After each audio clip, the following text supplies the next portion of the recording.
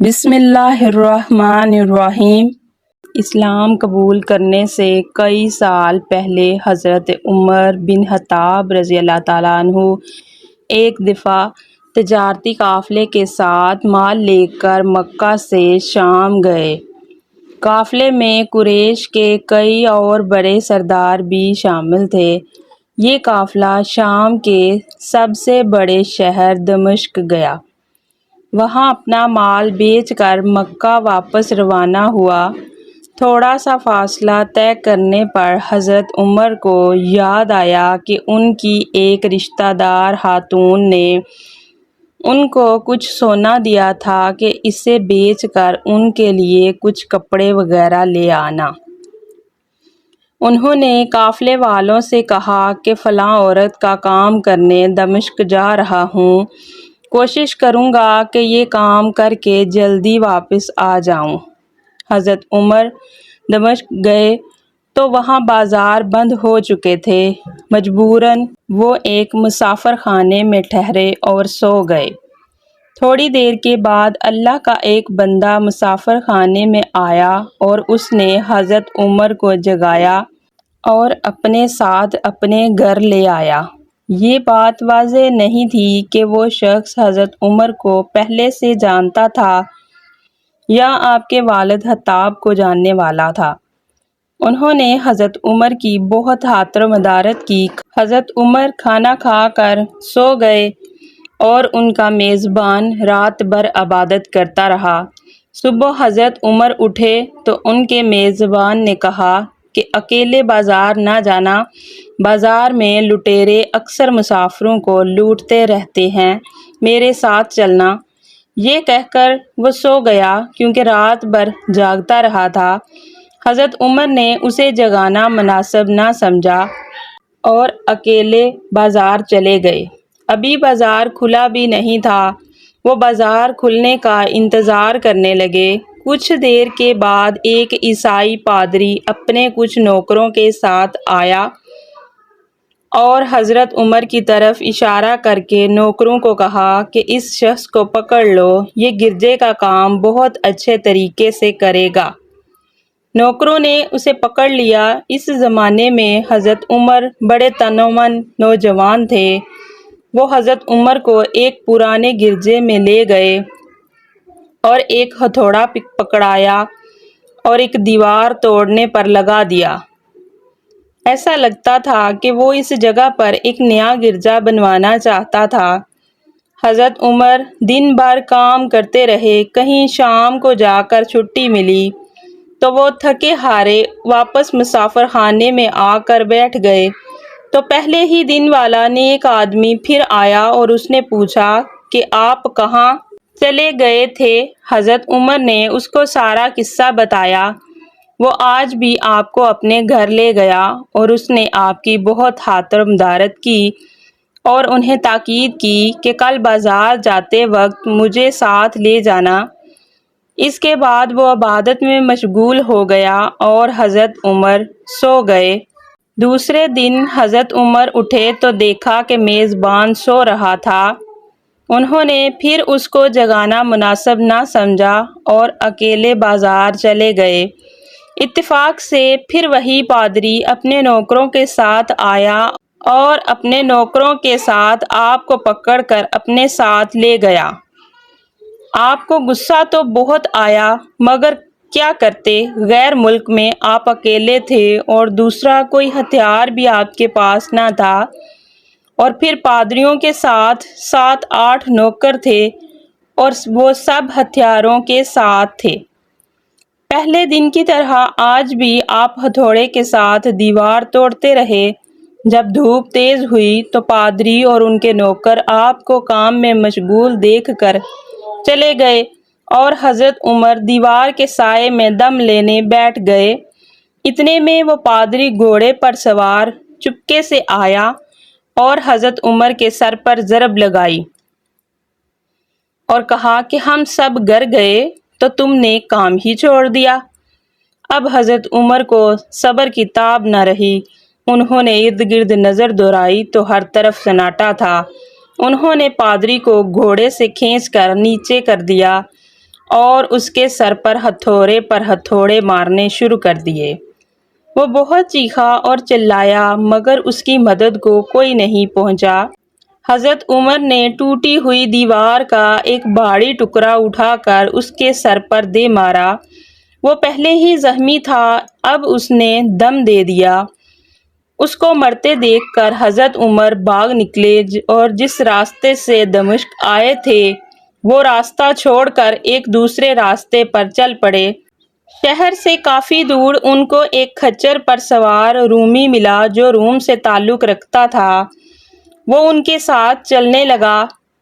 وہ کچھ باتیں کرنے لگا تو نہ حضرت عمر اس کی زبان سمجھتے تھے اور نہ وہ حضرت عمر کی زبان سمجھتا تھا۔ اس نے یکایک اپنی تلوار پر ہاتھ ڈالا تو حضرت عمر سمجھ گئے کہ وہ ان پر وار کرنا چاہتا ہے۔ حضرت عمر نے اس سے تلوار چھین کر ایک ہی وار میں اس کا کام تمام کر دیا۔ پھر آپ کھچر پر سوار ہو کر چلنے لگے۔ پھر اس کا حال حضرت عمر خود یوں بیان کرتے ہیں کہ میں اس جگہ سے روانہ ہو کر پھر ایک گرجے پہنچا۔ یہاں عیسائیوں کی ایک جماعت رہتی تھی۔ میں گرجے میں داخل ہوا تو گرجے کے تمام لوگ میرے ارد گرد جمع ہو گئے اور وہ مجھ سے میرے حالات کے بارے میں پوچھنے لگے۔ پھر وہ اپنے پادری کے پاس مجھے لے گئے۔ پادری مجھے نہایت غور سے دیکھنے لگا اور کہنے لگا کہ ایسا معلوم ہوتا ہے کہ تمہیں کسی چیز کا خوف ہے۔ میں نے کہا کہ تم نے کیسے اندازہ لگا لیا کہ مجھے کسی چیز کا خوف ہے؟ اس نے میرے سوال کو ٹال دیا اور کہا، آپ جب تک چاہیں یہاں رہ سکتے ہیں، آپ کو یہاں کسی قسم کا خطرہ نہیں ہوگا، آپ ہماری حفاظت میں ہیں۔ پھر اس پادری نے مجھے اپنے گھر میں مہمانوں کی طرح رکھا اور میری نہایت ہی خاطرمدارت کی اور پھر مجھ سے پوچھا کہ آپ کون ہیں؟ میں نے اسے بتایا کہ میں مکہ کا رہنے والا ہوں اور قبیلہ قریش سے تعلق رکھتا ہوں۔ قافلے کے ساتھ شام آیا تھا۔ مال بیچنے کے بعد ضروری کام کے لیے مجھے اپنے قافلے سے الگ ہو کر دمشق آنا پڑا۔ اب میں اپنے وطن واپس جا رہا ہوں تو راستہ بھٹک کر یہاں آ گیا۔ پادری مجھے بہت غور سے دیکھتا رہا اور طرح طرح کے سوال پوچھتا رہا۔ میں نے ان کے یہاں بڑے آرام سے رات بسر کی۔ صبح انہوں نے مجھے پوچھا کہ آپ کا ارادہ یہاں مزید رکنے کا ہے یا جانے کا ہے؟ میں نے کہا کہ میں رخصت ہونا چاہوں گا۔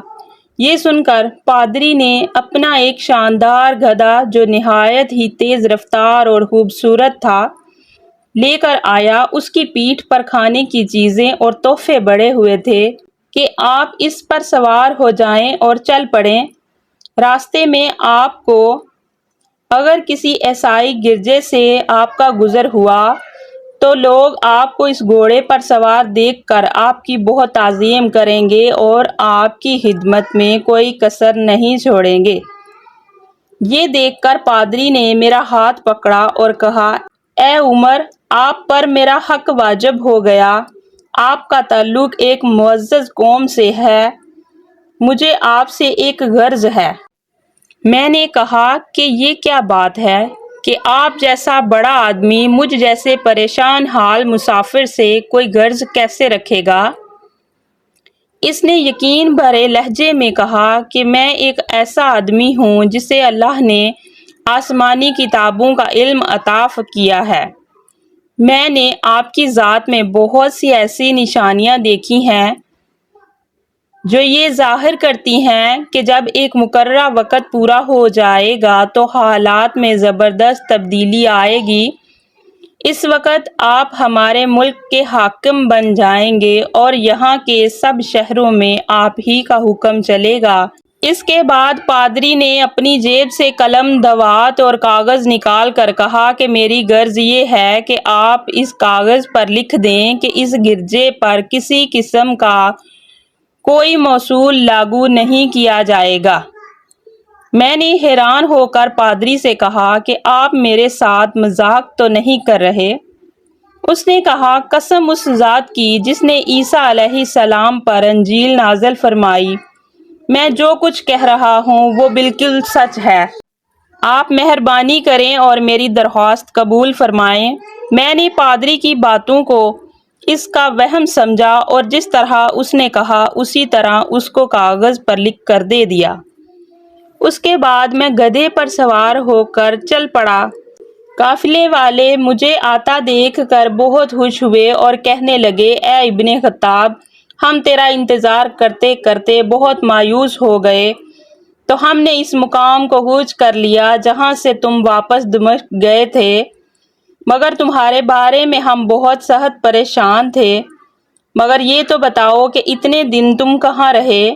میں نے وہ تمام حالات بیان کیے جو مجھے پیش آئے، مگر پادری کے ساتھ جو میری گفتگو تنہائی میں ہوئی وہ بالکل ظاہر نہ کی، کیونکہ میں پادری کی ان باتوں کو اس کا وہم سمجھتا تھا اور اس کے عقیدے کی کمزوری سمجھتا تھا۔ قریش کے ایک سردار ابو سفیان بھی اس قافلے میں شامل تھے۔ انہوں نے مجھے اس شاندار گدھے پر سوار دیکھ کر کہا، ارے تم لوگ اس نوجوان کی اقبال مندی تو دیکھو، اسے کسی ایسے میدان میں چھوڑ دیا جائے جہاں نہ پانی ہو نہ سبزہ، پھر بھی اسے رزق مل جائے گا۔ پادری نے مجھے رخصت کرتے وقت کہا تھا کہ جب گدھے کی ضرورت نہ رہے تو اسے اس کی رسی کو مضبوط سے باندھ کر اسی جگہ چھوڑ دینا، لہٰذا میں نے ایسا ہی کیا۔ یہ دیکھ کر ابو سفیان نے کہا کہ تم نے گدھے کو ایسی جگہ چھوڑ دیا ہے جہاں چوڑ، اچکے اور درندے اکثر گزرتے ہیں۔ میں نے کہا، مجھے اس کے مالک نے ایسا ہی کرنے کی تلقین کی تھی، وہ اس کی عادتوں سے زیادہ واقف ہے۔ اب وہاں سے قافلہ روانہ ہو کر مکہ پہنچا۔ میری اور پادری کے درمیان جو گفتگو ہوئی تھی وہ مجھے بھلائے نہ بھولتی تھی۔ پہلے تو کئی دن تک میں نے اسے اپنے دل ہی میں رکھا، پھر مجھے سے رہا نہ گیا تو یہ راز میں نے اپنی رشتہ دار خاتون کو بتا دیا جس نے مجھے سونا دیا تھا۔ وہ بڑی عقل مند خاتون تھیں۔ اس نے مجھ سے کہا کہ اے ابن خطاب، میں تمہارے بچپن ہی سے تم میں یہ نشانیاں دیکھ رہی ہوں۔ جب تم بہت چھوٹے تھے تو میں نے ایک دفعہ خواب میں دیکھا کہ تم لمبے ہوتے جا رہے ہو اور تمہارا قد اتنا لمبا ہو گیا ہے کہ آسمان کو تم نے چھو لیا ہے۔ یہ دیکھ کر میں نے کہا کہ یہ میرے بچے کی کیا حالت ہو گئی ہے؟ کسی نے کہا کہ یہ دنیا اور آخرت میں بھلائی پانے والا ہے۔ جاہلیت کے زمانے میں اس قسم کی باتوں کا مجھے سمجھ میں نہیں آتا تھا۔ مکہ میں ایک شخص اہل کتاب یعنی یہود و نصارہ میں سے تھا جو بہت گمنام تھا۔ ہم لوگ تو اس سے واقف بھی نہیں تھے، لیکن قریش کے کچھ سردار اس کو جانتے اور اس کی بہت عزت کرتے تھے۔ ایک دن دوپہر کے وقت میں اس کے پاس گیا اور اس سے کہا کہ میں آپ سے چند باتیں کرنا چاہتا ہوں اور چاہتا ہوں کہ آپ ان باتوں کو اپنے دل میں راز بنا کر رکھیں اور کسی کے سامنے ظاہر نہ کریں۔ اس نے ایسا کرنے کا وعدہ کیا تو میں نے اپنے سفر کے تمام واقعات اس کے سامنے بیان کیے اور اپنی رشتہ دار خاتون کے خواب کا بھی ذکر کیا۔ جب میں اپنی بات بیان کر چکا تو اس نے کہا، اے ابن خطاب، جس کو تم نے موصول کی معافی کا وعدہ لکھ کر دیا ہے وہ اس وقت عیسائیوں کا سب سے بڑا عالم ہے۔ جو کچھ اس نے کہا وہ سب سچ ہے، وہ سب سچ تمہارے سامنے آ جائے گا۔ اور جہاں تک رشتہ دار خاتون کے خواب کا تعلق ہے تو اس سے یہ ظاہر ہوتا ہے کہ مکہ میں ایک بہت بڑا انقلاب آئے گا، زمانہ ایک نئی صورت اختیار کرے گا اور آنے والے زمانے کے آسمان اور زمین بدل جائیں گے۔ میں وہاں سے گھر چلا آیا اور اس کی ساری باتیں اپنے دل میں لیے رہا۔ تھوڑی ہی دیر بعد قریش کی مجلسوں میں آپ صلی اللہ علیہ وآلہ وسلم کا ذکر ہونے لگا۔ یہ لوگ اس بات سے چڑھتے تھے کہ محمد صلی اللہ علیہ وآلہ وسلم اللہ کا رسول کہتے ہیں، لوگوں کو بتوں کی پوجا کرنے سے منع کرتے ہیں اور ایک اللہ کو ماننے پر زور دیتے ہیں۔ جلد ہی اللہ تعالیٰ نے اسلام کو ظاہر کر دیا اور مجھے یقین ہو گیا کہ حالات وہی صورت اختیار کر رہے ہیں جس کی آسمانی کتابوں کے عالم شام کے پادری نے اشارہ کیا تھا۔ نبوت کے چھٹے سال حضرت عمر نے اسلام قبول کر لیا اور رسول اللہ کے جانثار ساتھی بن گئے۔ 11 ہجری میں آپ صلی اللہ علیہ وآلہ وسلم نے اس دنیا سے پردہ فرمایا تو حضرت ابوبکر دنیا کے پہلے خلیفہ بنے۔ 13 ہجری میں انہوں نے وفات پائی تو حضرت عمر خلیفہ بنے۔ انہوں نے سفر نامے کی روایت کرنے والے راوی کا بیان ہے کہ حضرت عمر اپنی خلافت کے زمانے میں شام تشریف لے گئے تو ایک بہت بوڑھا آدمی عیسائیوں کی ایک جماعت کے ساتھ ان کی خدمت میں حاضر ہوا اور عرض کیا، اے امیر المؤمنین، کیا آپ مجھے جانتے ہیں؟ حضرت عمر فاروق رضی اللہ تعالیٰ عنہ نے فرمایا کہ اگر آپ شام کے فلاں نگر کے پادری ہیں تو میں آپ کو جانتا ہوں۔ اس نے کہا کہ جی ہاں، میں وہی پادری ہوں۔ حضرت عمر فاروق رضی اللہ تعالیٰ عنہ نے فرمایا کہ میں نے آپ سے لکھ کر جو عہد کیا تھا وہ آج بھی قائم ہے۔ اللہ تعالیٰ نے اپنے رسول صلی اللہ علیہ وآلہ وسلم کے ذریعے ہمیں عزت بخشی۔ انہوں نے ہمیں اللہ کے دین کی دعوت دی اور ہم نے قبول کی۔ آپ ہی نے مجھے ان باتوں سے آگاہ کیا تھا۔ آپ کو اب کون سی چیز اسلام قبول کرنے سے روک رہی ہے؟ پادری نے اسی وقت اپنے تمام ساتھیوں سمیت اسلام قبول کر لیا۔